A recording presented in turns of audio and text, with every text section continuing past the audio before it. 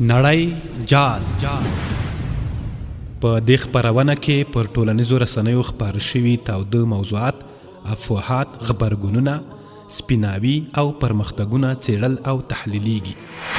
دا خپرونه د هرې شنبې، دوشنبې او چهارشنبې په ورځو کې په 12:15 دقیقو او بیا ځلې د هرې یکشنبې، سه شنبې او پنجشنبې په ورځو کې په همدې وخت اوریدلای شئ. نړۍ جال. بسم الله الرحمن الرحیم. د حریت رادیو د نړۍ جال خپرونه قدرمنو اوریدونکو، دغه راز د ټولنیزو رسنیو کارونکو، السلام علیکم ورحمت الله وبرکاتو. خوشاله یم چې له ډیر ځن وروسته بیا هم د څو خپرونو وروسته چې دغه نړۍ جال خپرونه کې برخه نه واخیستې، نو بخښه به م کوئ. د چا په اصطلاح نو کله کله ناروغۍ شي، کله کله رخصتۍ شي، مسافرۍ شي، نو خدای دې وکړي چې تاسو روغ جوړ وئ. دغه د ژمي سړې شپې مو ګرمې تیریږي او ډوډۍ ملنده وي، نو اوبه مو ګرمې وي. نو دغسې ډېر موضوعات تیر شوي دي. موږ هم هڅه کوو چې ټول راونغاړو، یا د څومره وختونو کې چې سوشل میډیا کې ګرم موضوعات تیر شوي دي، حساس موضوعات تیر شوي دي، نو د باره کې به که څومره ذهن ته راتلل یا چې ما راټول کړي دي هغه به وړاندې کو. او د نن سبا خو دغه د موضوعاتو باران دی پخپله، چې د افغانستان 34 ولایتونه شي، شاوخوا 400 ولسوالۍ شي، کلي شي، او ریاستونه، وزارتونه او موینیتونه او دغه راز نور زمونږ هغه پرمختګونه د ولس د عام زمونږ کلتوري لحاظ باندې چې څومره دلته بدلونونه راځي یا پرمختګونه کیږي یا پالل کیږي، نو هغه په اړه باندې د ورځې ډیر موضوعات وي سړی پې وغږېږي. خو دا چې د یوې اونۍ مکمل راهیسې زه نه وم په دې خپرونه کې، نو بیا هم تاسو ته ښه راغلاست وایم. ډیر موضوعات تیر شوي دي، تاسو به م پلټلي وي، ورسره مخ شوي به وئ، خو دا به هغو ته پرېږدو، د هغه وختونو ته، ځکه هغه وختونو کې هغه د هغه ورځې موضوعات وو، هغه ورځ کې حل او فصل شوي دي، تیر شوي دي، هیڅ هم نه دي تر سره شوي. څومره چې افواهات او دروغ خپاره شوي دي، دا د یوه اونۍ ووتله، نو هیڅ نه دي تر سره شوي. او نو دا خو خلک دي بس سوشل میډیا یا فیسبوک او ټویټر او انستګرام او ټیک ټاک ته لاسرسی کیږي، د چا په اصطلاح بس زړی پې تنګ شي نو یو څه ولیکي، نو خلک بیا جدي نیسي. نو موږ یو مشکل دا لرو چې پخوا څوک غټ خلک و غټ موقفونو باندې وو یا ښه استعداد لره، نو هغه اوس موږ ته اوس هم با استعداده بریښي، اوس هم موږ ته یو مرجع بریښي، یوه سرچینه موږ ته ښکاري. نه، هغوی هر څه لاسه ورکړي دي، یعنې مطلب اوس ځایناستي نور دي. اوس به د هغه څوک چې اوس تازه راغلي دي، په موقف ته راغلي دي، هغه که خبریال دی، هغه که رئیس دی، هغه که وزیر دی، د هغه خبره مهمه ده، همغه مهم ادرس دی. او نور خو اکاونټونه دي، هر څوک مستعار هم جوړولی شي، هر څوک یو څه ویلی هم شي، ازادي خپلواکي ده هر چاته. څوک مثلا بهر هیوادو کې اوسیږي، نو هغوی یوه داسې خبره کوي، بس خپل مینوالو نه په استفادې خپروي، نو هغه بیا څو ځله دروغ شوي وي، رښتیا خو خود نه وي، بلکې یو زیاتی هم شوی وي د وطن سره. مثلا د ډالرو مسله وه، دغسې دغه ډالر که تاسو لیدلی وي، اوله چې امارت حاکم شو دغه 3 کاله مخکې، هغه نه راوروسته بیا یو داسې وخت راغی چې 129 ډالر وخاته، یعنې یو ډالر په 129 افغانۍ و. نو هغه وخت کې بیخي داسې معلومه شول چې ولا دا د امریکا په لاس کې ده، او د امریکا داسې کوي، دغه وسې نه لرو. همدغه امارت و چې ورته ولګېدل د دې خپلې سکې ثبات دپاره 90 ته یې راښکته کړله، بیا 80 ته راښکته کړه، بیا 70 ته راښکته کړه، بیا په ډېر وخت په 15 2 شاوخوا دغسې ډالر تبادله کېده. نو بیا هیچ هم هغه کسانو چې د خپل وطن د غم ورسره و، ډېرې کوکې چیغې ویلې، هغوی به یې بیخي شاباسۍ ونه ویلې چې دا د 129 نه مو 15 شاوخوا ته راښکته که ډالر. نو دا خو جګیږي ټیټیږي، دا خو داسې نه ده چې موږ یې کنټرولولی نه شو. دغه 83 ته 84 ته چې پورته شو دا یې هم تقریبا اوس 83 ته 82 ته راټیټېدونکی دی او دې نه زیات شي بیا تاوان هم کوي. نو دلته د حریت راډیو ورباندې تبصره کړې ده.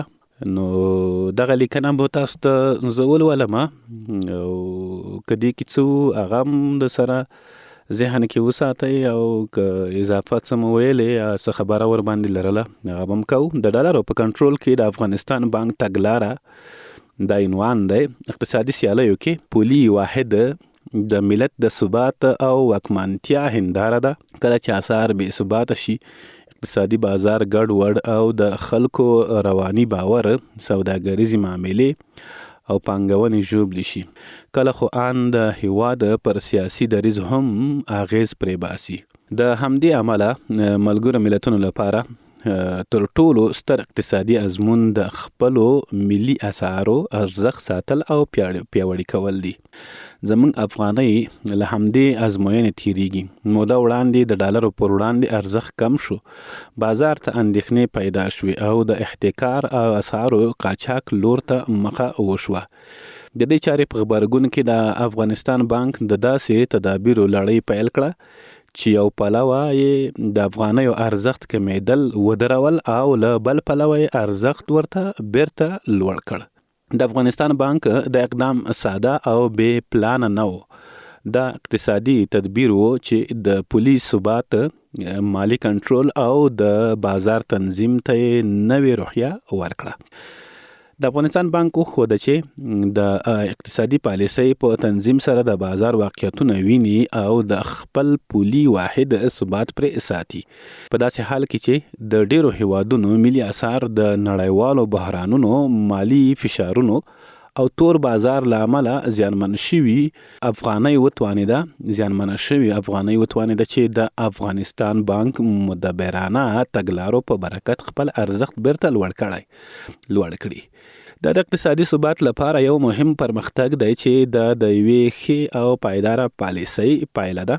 د افغانۍ ثبات لپاره څو مشخص اقدامات وشول. د اقدامات د بازار باور جوړولو، د اسعارو مدیریت او د غیر قانوني جریانونو د کنټرول لپاره ډیر اغیزمن وو. د افغانستان بانک د لیلام پروسې له لارې د ډالرو عرضه کنټرول کړه او افغانۍ د بازار له بې ثباتۍ څخه وساتلې. دې پالیسۍ روښانه کړه چې د افغانیو ارزښت کمښت کومه تصادفي پدیده نه وه، بلکې د بازار د نامنظم مدیریت پایله وه چې ډیر ژر مهار شوه. دغه راز افغانیو ارزښت ښه کېدو بل لامل دا و چې د اسعارو احتکار او له هیواده د ډالرو قاچاق ته جدي ضربه ورکړل شوه. د اسلامي امارت لخوا صادر شوی فرمان چې له ټاکلي اندازې زیات ډالر انتقال نشي د افغانیو ارزښت ساتلو لپاره اغیزمنه چاره وه. د دې ترڅنګ د اقتصادي ثبات بل اساسي عنصر د بازار باور و. د افغانستان بانک هڅه وکړه چې د واضحو پالیسیو له لارې صرافان، پانګوال او عام خلک ډاډمن کړي چې د افغانیو ارزښت د یو لړ منظمه پالیسیو له مخې ساتل کیږي. د دې باور پایله دا شوه چې خلک د افغانیو پر ارزښت لا نور اعتمادي شي. د افغانستان بانک د اقتصادي سیاستونو له لارې هڅه وکړه چې د داخلي راکړې ورکړې سیستم ته ارزښت ورکړي څو د افغانیو جریان پیاوړی او د ډالرو پر ځای د ملي اسعارو کارولو ته لومړیتوب ورکړل شي. د افغانستان بانک وروستي تدابیر د مالی ثبات د نویو اصولو بنسټ و او دا یې ثابت کړ چې که پولي سیاستونه د واقعي اړتیاو پر بنسټ پلي شي نو دا ارزښتونه پرې بیرته ښه کېدای شي. د افغانیو ارزښت ساتل د ملت اقتصادي وقار او د سوداګرۍ د باور لپاره د ملا تیر دی. که دا مسیر په همدې تدبیر او مدبرانه پالیسۍ دوام وکړي نو افغانۍ به هم خپل ثبات وساتي او هم د سیمه ییزو بازارونو لپاره د اعتماد نښه وګرځي. د اقتصادي ثبات رښتینی قوت د بانکي پالیسیو د تنظیم ترڅنګ د ملت په عملی همکارۍ کې دی هر افغان مسؤلیت لري چې د افغانیو ارزښت د اقتصادي هویت په سترګه وګوري، د داخلي تولیداتو ملاتړ وکړي او د هیواد د مالی خپلواکۍ ته لومړیتوب ورکړي. ځکه د باثباته اقتصاد 3 اساسي ستنې حساب شوي مالی پالیسۍ، بازار ته متوجه تدبیرونه او د ملت ګډه اراده ده چې یو هیواد له اقتصادي چیلنجونو په بریالیتوب سره ویستلی شي. دا د ډالرو په کنټرول کې د افغانستان بانک تګلاره. تاسو به د دې هغه جریان اورېدلی وي، هر وخت به د پوسټونه ډېر کېدل په ټولنیزو رسنیو کې چې ډالر دومره وخته، ډالر داسې شو. یعنې یو وخت مخ هم داسې نه ده چې بس امریکا څو غواړي هغه کېدلی شي، داسې هم نه ده. او دلته اوس دغه بریکس چې رامنځته کېږي دا هم د ډالرو په خلاف رامنځته کېږي. د کې روسیه، چین، هند، متحده عربي امارات، همدغه شان اسیایي هیوادونه نور دي چې هغه ټرمپ یو ګواښ هم کړی و چې تعرفه لوړه شي او بندیزونه به په ولګوي، خو دا کېدلی شي. اوس نړۍ چې ده اوس یو قطبي نه ده، یعنی اوس نړۍ چې د ویشل کېږي او د امریکا خلاف دغه د بریکس چې رامنځته کېږي د ډالرو خلاف رامنځته کېږي. یعنی بریکس یوه سکه ده او دا د ټولو هیوادونو به یوه ګډه سکه وي، یا به داسې وي چې دغه سکه به د ډالرو په خلاف باندې کارول کېږي، که پورته کېږي که په راښکته کېږي. نو د ډالرو په اړه باندې دغه خبره وه. نورم ډیر موضوعات دي دلته ما نوٹ کړي دي. او افغانستان کې د ملګرو ملتونو سیاسي استازوالی یا یونما مرستیال انریکا راتوت د ریاست الوزرا اقتصادي مرستیال ملا عبدالغنی برادر سره کتنه کې په بیلابیلو موضوعاتو خبرې اترې کړي. اقتصادي معاونیت خبر ورکړی دی کتنه کې د یونما مرستیال ویلي د نړیوالو سوداګریزو مارکیټونو ته د افغانستان کرنیزو محصولاتو، صنعتي تولیداتو او لاسي صنایعو د رسیدو برخه کې د لازمو اسانتیاو رامنځته کولو هڅې کوي. اندری راتوت زیاته کړې اسلامي امارت سره په همغږۍ به افغانستان کې خپلو پراختیایي او بشري مرستو، خصوصي سکتور ملاتړ او افغان بزګرانو ته د کوکنارو بدیل کښت برابرولو سربیره یو شمیر نورو برخو کې مرستو ته دوام ورکړي. هاخوا اقتصادي مرستیال دې کتنه کې افغانستان کې بشري مرستو په ویش کې د روڼتیا او پراختیایي برخې ته د مرستو د ځانګړي کولو غوښتنه کړې څو افغانانو ته کاري زمینې برابرې کړي. سویډن پولیسو خبر ورکړی چې 11 تنه 13 ورځ د لویانو په یو ښوونځي کې په ډزو کې وژل شوي دي. له راپورونو سره دا لومړی شمیرې دي او تر اوسه د وژل شویو ټاپیانو وروستۍ شمیرې څرګندې نه دي. د ځایي پولیسو مشر رابرټو اډپورسټ څرګنده کړې چې د جرم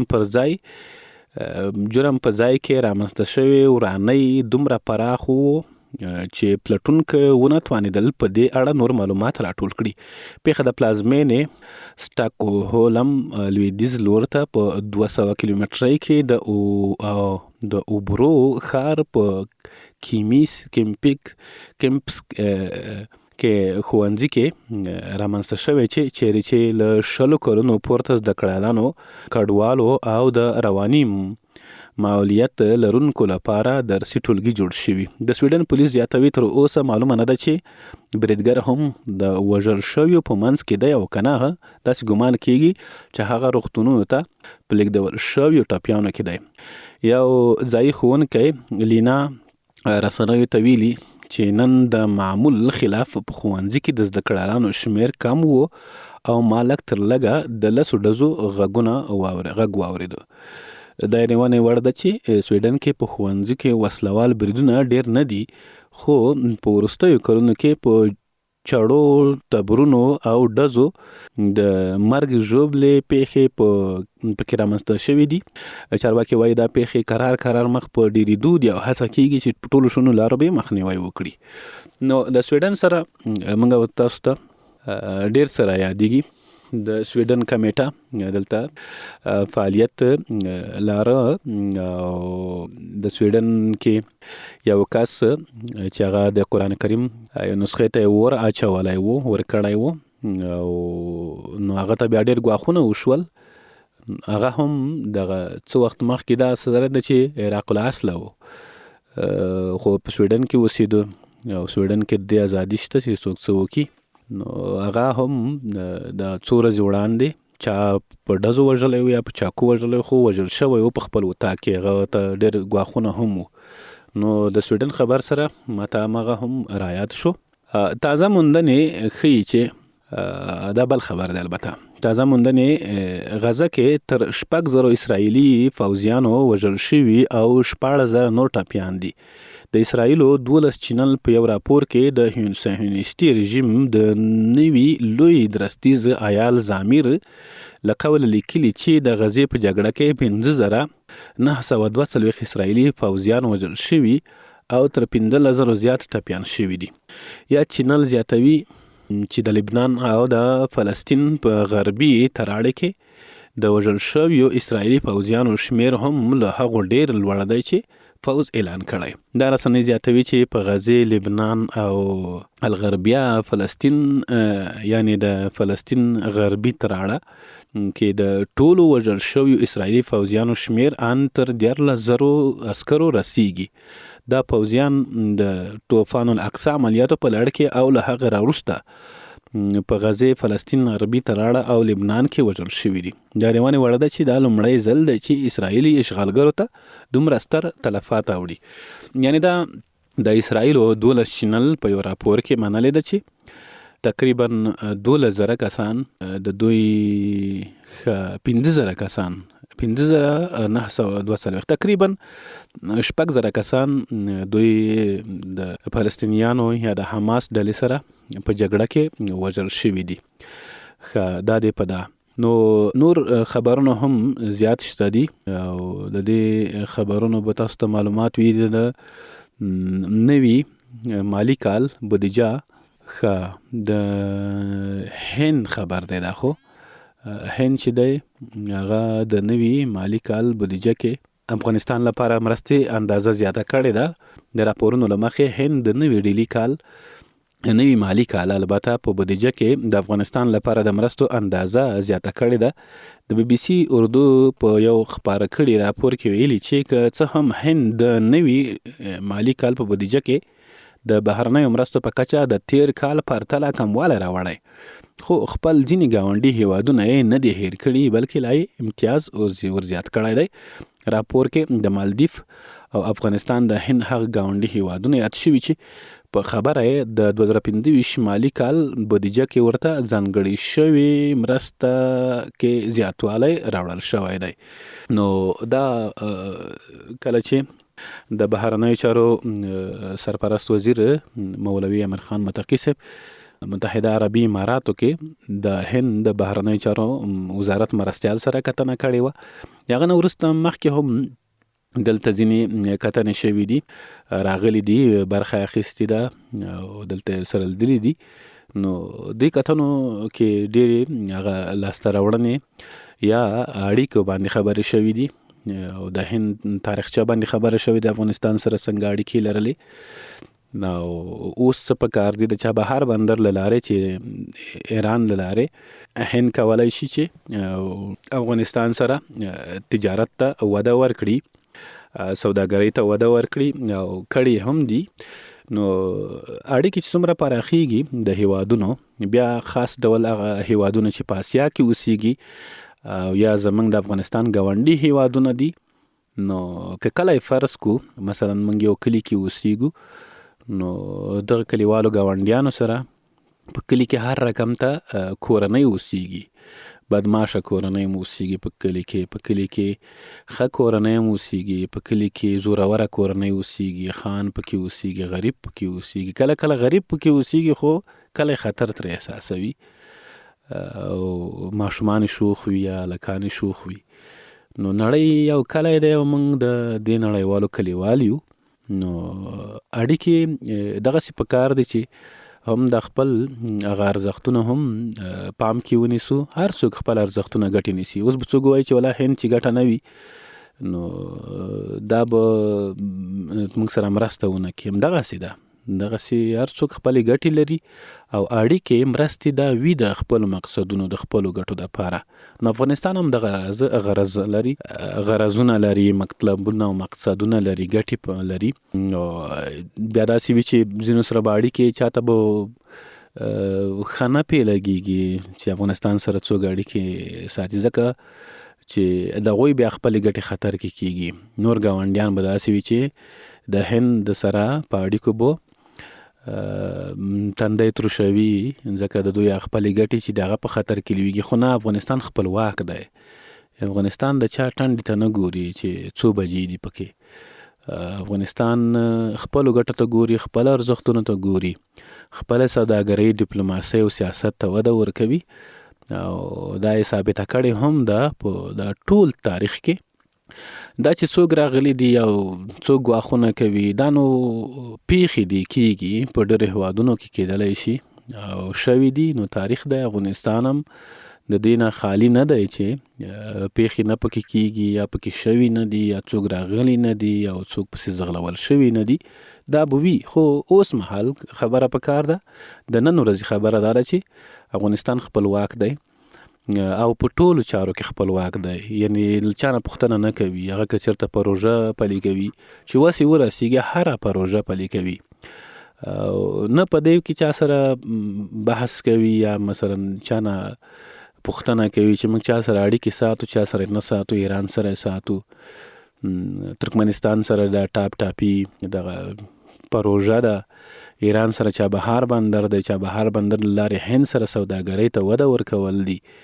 همدغه راز تاجکستان سره به هم اړیکې ساتو، دغه راز د روس، امریکا او د چین دغه توازن به هم ساتو چې داسې نه چې یعنی یو سره یوه تله درنده کو بله نه، ځکه دا نړۍ ده او موږ پکې هغسې که څه هم خپلواک یو، خو بیا هم یو څه پام کې نیسو چې هغه د زورورو ښکارورو ترمنځ موږ اوسیږو. نو دغه به زموږ د مشرانو یو هوښیارتوب وي چې تر دې دمه دا 3 کاله کېږي افغانستان کې امن دی، افغانستان کې خپلواکي ده او دغه توازن ساتلی، بیلانس ساتلی دی. نو په همدې هیله چې زموږ مشران راته ژوندي وي او زموږ د افغانستان چې ډیر وخت وروسته له جګړو راوتلی دی او خلکو ته کاروبار پیدا شي او دغه پروژو سره دا کېدلی شي او د لوی لوی قراردادونه چې دي. دغه پرون مې خبر ولوستو، ډیر خوند یې راکه، وایي په واخان کې نړیوال بازار جوړیږي. دا واشنګټن پوسټ، اسوسییټډ پریس، همداشان رویټرز، مشهورو رسنیو دا خپور کړی دا خبر چې د افغانستان په واخان ولسوالي کې چې چین سره دا سړک بشپړ شوی دی، نو دلته بازار جوړیږي. نو دا بازار که جوړ شي او دا به نړیوال بازار وي، دا به د اسیا په کچه، که نړۍ په کچه نه وي هم د اسیا په کچه خو به خامخا وي او دا به خلکو ته ډیر کاروبار پیدا شي. هغه ځای کې به سوداګرۍ ته وده ورکړل شي او هلته سر له اوسه څنګه چې د قشتېپې کانال شاوخوا ځمکه قیمته شوي دي، دغه راز په واخان کې هم ځمکې هغه قیمت پیدا کړی دی. څوک په خپل سر یو ځای کې نشي اوسېدلی چې خیمه ودروي، حتمن به هغه پوښتنه کوي، عریضه به کوي دا د چا ځمکه ده، څنګه ده، څنګه نه ده. یعنی که په 10 وي نن سبا په 100 کېږي، بله ورځ په 1 لک، بله ورځ لکونو ته هغه بسمې رسیږي. نو دا د بازار او دلته د بیا رغونې او د سړک تیرولو له برکته داسې کېږي. هلته په واخان کې سایټونه فعال شول، مخابراتي سایټونه. مخکې دا شبکې او ټلیفونونه هلته کار نه کوه، حتی بیخي هلته ژوند نه و، یو صحرایي او داسې غیر علاقه غوندې وه چې نه په کاروله. نو کله چې امارت راغی نو دغه سړک ته یې 80 کاله وروسته ورپام شو او کار یې پې وکړه او قرارداد بشپړ شو. دغه راز واخان کې اوس هم ښوونځي شته، هم روغتون شته، هم مخابراتي سایټونه شته، هم تفریحي ځایونه شته، هم هلته فوز پروت دی د افغانستان اسلامي امارت، او هم دکانداري او دغه بازارونه دا به فعالیږي. هلته به زراعت ته وده ورکول کېږي. یو ژوند پیل شو هلته. او دا د چین سره مهم سرحد دی. نو چین چې موږ دروازه ورسره ولرو نو چین یو آباد هیواد دی، د نړۍ په کچه یو اقتصادي هیواد بلل کیږي. نو زمونږ افغانانو ته ډیر کار پیدا کیدلی شي، هلته تګ راتګ پیلیږي. نو دا د خپلواکۍ او د خپل اختیار خپل خاوره خپل اختیار خبره ده. نو خپرونې نیمایي ناوخت یو، چېرته ځئ ما بیرته راځو، نور خبرونه پرمختګونه بعدې او بیا رغونه باندې هم غږېدلی شو.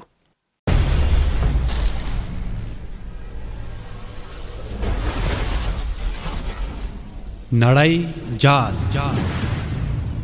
په دې خپرونه کې پر ټولنیزو رسنیو خپاره شوي تاوده موضوعات، افواهات، غبرګونونه، سپیناوي او پرمختګونه څېړل او تحلیلیږي. دا خپرونه د هرې شنبې، دوشنبې او چهارشنبې په ورځو کې په 12:15 دقیقو او بیا ځلې د هرې یکشنبې، سه شنبې او پنجشنبې په ورځو کې په همدې وخت اورېدلی شئ. نړۍ جال.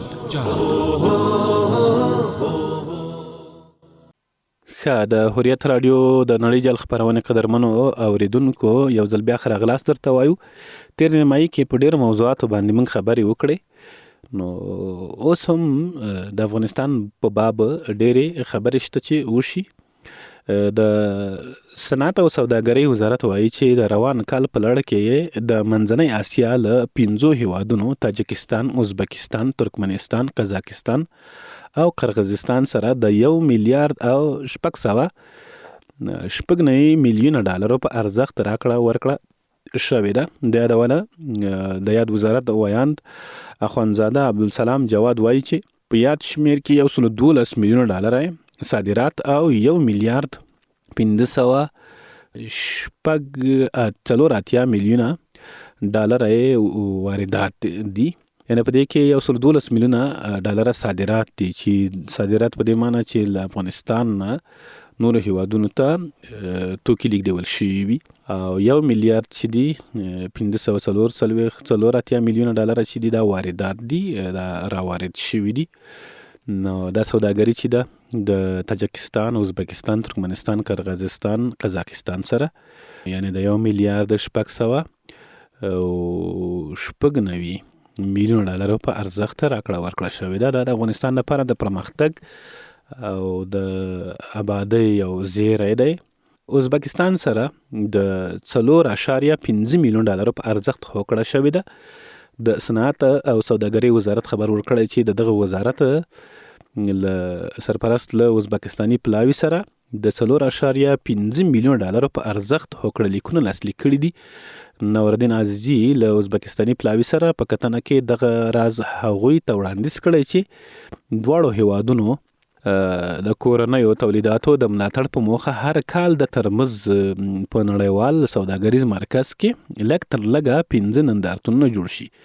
یاد وزارت په خبره پاڼه کې دغه راز راغلی چې د دواړو هیوادونو ترمنځ د ترجیحي سوداګرۍ د هوکړه لیک او په سمنګان ولایت کې د سیمنټو فابریکې د جوړېدو اړوند چارو او د هغې د پرانستلو په هکله خبرې شوې دي. نو دا سوداګري د افغانستان په اړه دلته افغانستان کې اوس پانګونې ته ډېر خلک زړه ښه کوي، یعنی لوی تجاران دي، لوی سرمایدار خلک دي افغانستان کې تجارت او پانګونې ته زړه ښه کوي، ځکه اوس دلته هغه چا په اصطلاح چې کراري ده او د ټول کارونه چې دي دا په کراري کې کېږي، یعنی امن کې کېدلی شي. هر څوک چې خوندي وي زده کړې کوي، هر څوک چې خوندي وي دکانداري کوي، د شپې تجارت کوي، د ورځې کوي، ټکسي چلوي، یو ځای کې آبادۍ ته زړه ښه کوي. نو کله چې امن نه وي نو که ډېرې پیسې ولري هغه به یعنی په عسکرو په دې به لګوي، کوم پوستې والا ته پیسې ورکړه او چاته قلنګ ورکړه او چاته دا پیسې ورکړه. دا په ډېرو ځایونو هیوادونو کې شته. نو افغانستان د دې نه خالی دی، الحمدلله صفا دی. هغه د حکومتي چارواکي د خپل حکومت دی، د ټولو خلکو امن ساتي، مالیه د حساب کتاب دی. د قوشتېپې ځمکې طرحه پراخ بنسټه او د ملت په ګټه ده. د قوشتېپې د شاوخوا ځمکې د استفادې په موخه د کرنې اوبو لګولو مالدارۍ وزارت له مرستیال صدر اعظم عثماني په مشرۍ د کرنې وزارت د رئیسانو او د مالیې، انرژۍ او اوبو د کور او ښار جوړونې وزارتونو د د چارواکو په ګډون غونډه شوې ده. د کرنې اوبو لګولو او مالدارۍ وزارت د خبره پاڼې پر بنسټ عثماني ویلي چې د قوشتېپې شاوخوا ځمکو طرحه یو پراخ بنسټه او د ملت په ګټه طرحه شوې ده. قوشتېپه رښتیا هم دا چې ډیره یادېږي د معنا چې دا یو ګټوره پروژه د افغانستان لپاره. ګټوره په څه معنا؟ دا که بشپړه شي او یو څه پاتې ده تقریبا 19-18% داسې دغه بعضې پاتې دی دویم، نو دا که بشپړ شي ټول افغانستان ته غنم ورکولی شي. یعنی د افغانستان خلک د غنمو په برخه کې خودکفا کیږي، یعنی د نورو هیوادونو له محتاجۍ نه خلاصیږي چې لاره بنده ده او خلاصه ده، په څو دي څو نه دي، د غنمو وخت دی او دا سیاسي کړکېچ دی او افغانستان اړیکې خیرنې دي او چا سره او ځکه غنم نه رالیږي او قیمت دی. د دې ټولو خبرونه موږ خلاصیږو دغه کې ملت بیا په دغه باندې دماغ نه خوږوي، په دې خبرو باندې اندېښنه نه ورته کوي ځکه موږ خپل غنم لرو د قوشتېپې. تیره اونۍ د تورخم له لارې 112 کورنۍ او 215 کډوال هیواد ته راستنه شوي دي. نو دا په دې کې ډېر داسې وي چې بندیان وي. د ننګرهار د سیمه مسؤلین وایي تیره اونۍ د تورخم له لارې په جبري ډول 120 کورنۍ او 215 کډوال کیږي دا راستنه شوي دي. او د دې ترڅنګ ډېر کله داسې وي چې کډوال بندیان هم راخوشي کوي په د اسلامي امارت له لوري. تقریبا سلګونه بندیان په څو ورځو کې راخوشي شوي دي د پاکستان نه زندانونو. نو دا په جبري ډول راشړل کیږي، خو دلته حکومت آمادګۍ ورته لري او دلته ځمکې ورکړي دي کډوالو ته. دغه په لغمان کې تقریبا 211 کورنیو ته بله ورځ کورونه جوړ شوي وو، یعنی 2 اتاقه کورونه دي، خپل دهلیز لري او نور چردیوالی. خو بس هغه خو بیا خپل هم کېدلی شي ډیلي میلې نه بوجي راتاو کې رخت مخت له ځانه راتاو کې، نو دومره خو سړی خپله هم لاس خپه وایي.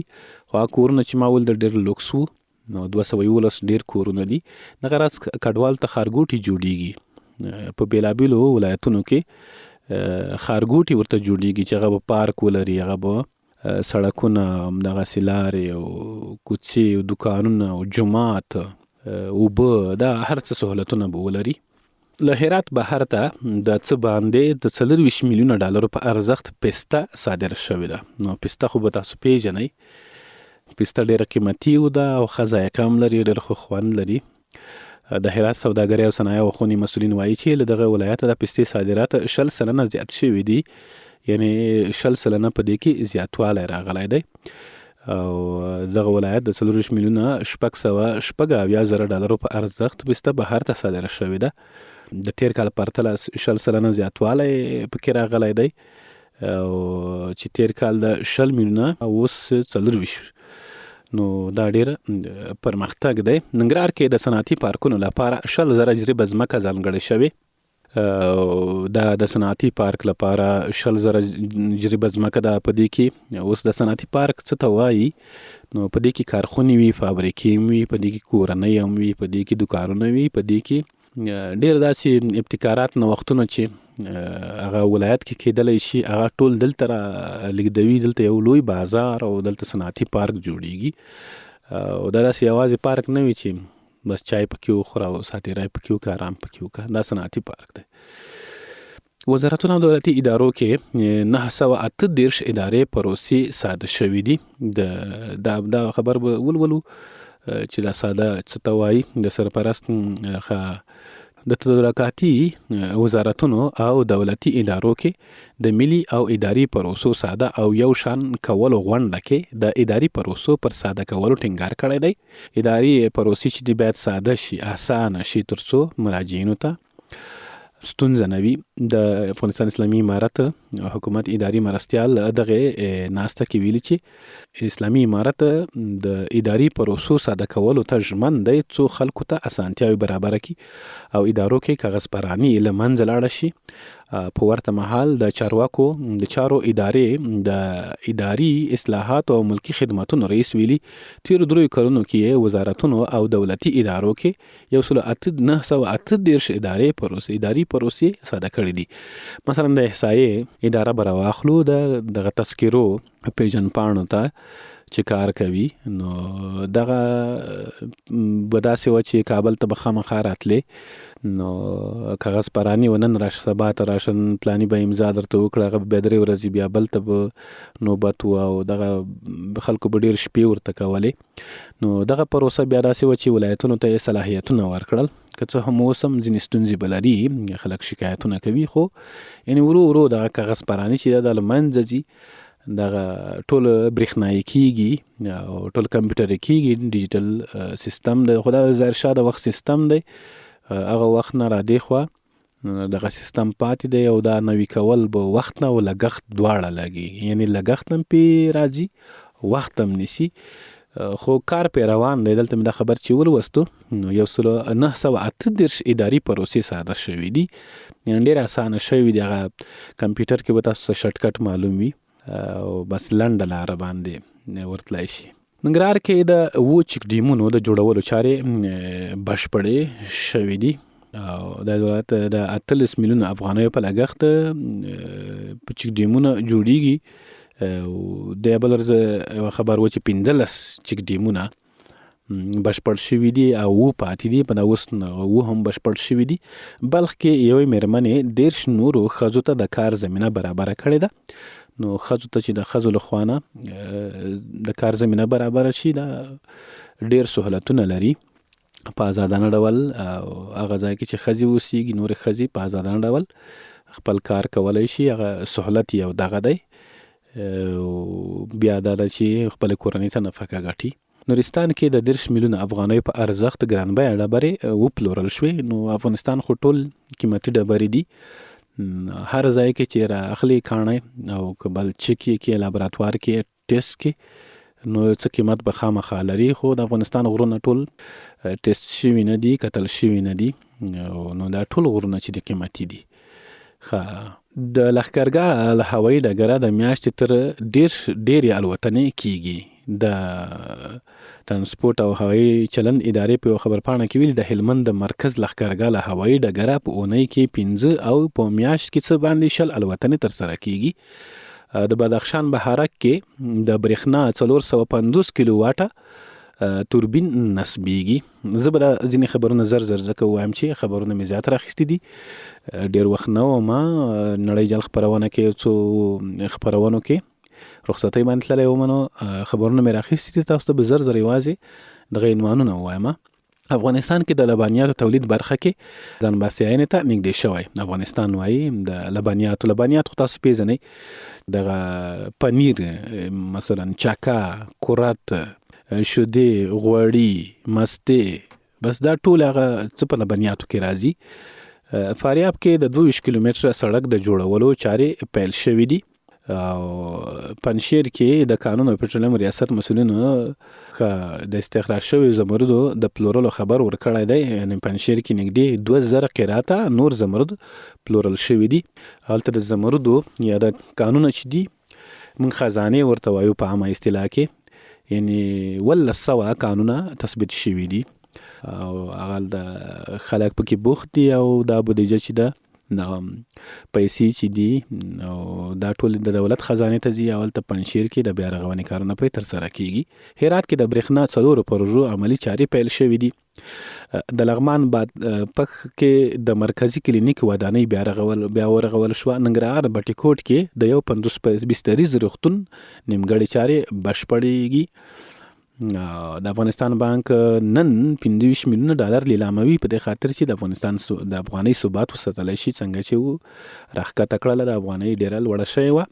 روان کال په بدخشان کې د نږدې 3 میلیارد افغانیو په لګښت پروژې پلي شوي. پاکستان له بند آزاد شوي 80 افغانان د تورخم له لارې رالیږل شوي دي. لکه مخکې مې چې وویل، ډیری بندیان د افغانستان اسلامي امارت په هڅو راخوشي شوي دي. 80 تازه د تورخم له لارې رالیږل شوي دي له پاکستانه. راشد خان چې د افغانستان د کرکټ یو ستوری دی، لوبغاړی دی، د نړۍ په کچه شلوریزو لوبو کې د زیاتو وکټو اخیستونکی شو. یعنې د مخکې ډیجی براو په همدې لیول کې خو هغه استعفا ورکړې ده، هغه اوس کرکټ نه کوي، خو راشد کې ډیر کرکټ پاتې دی. نو هغه څه باندې 1580 دا چې لوبو کې استفاده کړې. راشد خان په 461 لوبو کې یاد شمیر وکټې اخیستې دي، یعنی ډیجی براو بیا په څه باندې 1580 لوبو کې 611 کسان سوځولي دي، او راشد خان چې دا هغه په کمو لوبو کې 611 وکټې اخیستې دي. نو دا ډیجی براو هغه ریکارډ مات کړی دی. نو دا وروسته نورم روان وي، دا خو لیګونه دي او خپل کرکټ ټیم پاتې دی پکې ځوان دی. هلمند کې د آسان خدمت مرکز پرانستل شوی دی، د احصایې او معلوماتو ملي ادارې اړوند دی. کابل کې د جاپان سفیر د افغانستان سره بشري مرستو ته دوام ورکوي. کابل نړیوال هوایي ډګر کې 3 پروژې ګټه اخیستنې ته وسپارل شوې. د کډوالو وزیر ویلي بشري مرستې باید سیاسي نشي. کابل کې د سرطاني ناروغیو 200 بستریز روغتون فعالیت پیلوي. د پاکستان جمعیت علما اسلام ګوند مشر مولانا فضل الرحمن په تازه او کمسارې څرګندونو کې ویلي چې بلوچستان په داسې یو حالت کې قرار لري چې که همدا نن ورځ وغواړي خپل بیلتون اعلان کړي نو دا چاره کولی شي. چونکې په دې باور دي چې دا څرګندونې د بلوڅو د حقونو د ترلاسه کولو په برخه کې د بلوڅانو د کلونو مبارزې پایله ده چې په وروستیو کلونو کې په بلوچستان کې د پاکستاني پوځیانو پر وړاندې په بریدونو کې د پام وړ زیاتوالی راغلی او ډېرې بلوڅ وګړي او ډلې د پاکستان له مرکزي حکومت څخه بیلتون غواړي. دا څرګندونې داسې مهال کېږي چې په بلوچستان کې د خپلواکۍ غوښتنې لپاره د خلکو احساسات تر بل هر وخت زیات راپارېدلي او بېلابېلې ډلې هڅې کوي چې په همغږي توګه د دې چارې لپاره پر پاکستان حکومت فشار وارد کړي. نو دا د جمعیت علما اسلام ګوند مشر مولانا فضل الرحمن څرګندونې وي چې د هندوکش خپرې کړې وي. نو دلته زمونږ د خپرونې وخت هم نور پای ته رسیږي. زمونږ د حریت رادیو نور خپرونې تعقیب کړئ. تر بیا زه در څخه اجازه اخلم. د لوی الله تعالی په امان.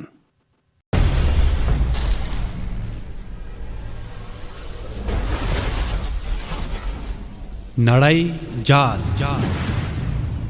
په دې خپرونه کې پر ټولنیزو رسنیو خپاره شوي تاوده موضوعات، افواهات، غبرګونونه، سپیناوي او پرمختګونه څېړل او تحلیلیږي. دا خپرونه د هرې شنبې، دوشنبې او چهارشنبې په ورځو کې په 12:15 دقیقو او بیا ځلې د هرې یکشنبې، سه شنبې او پنجشنبې په ورځو کې په همدې وخت اورېدلی شئ. نړۍ جال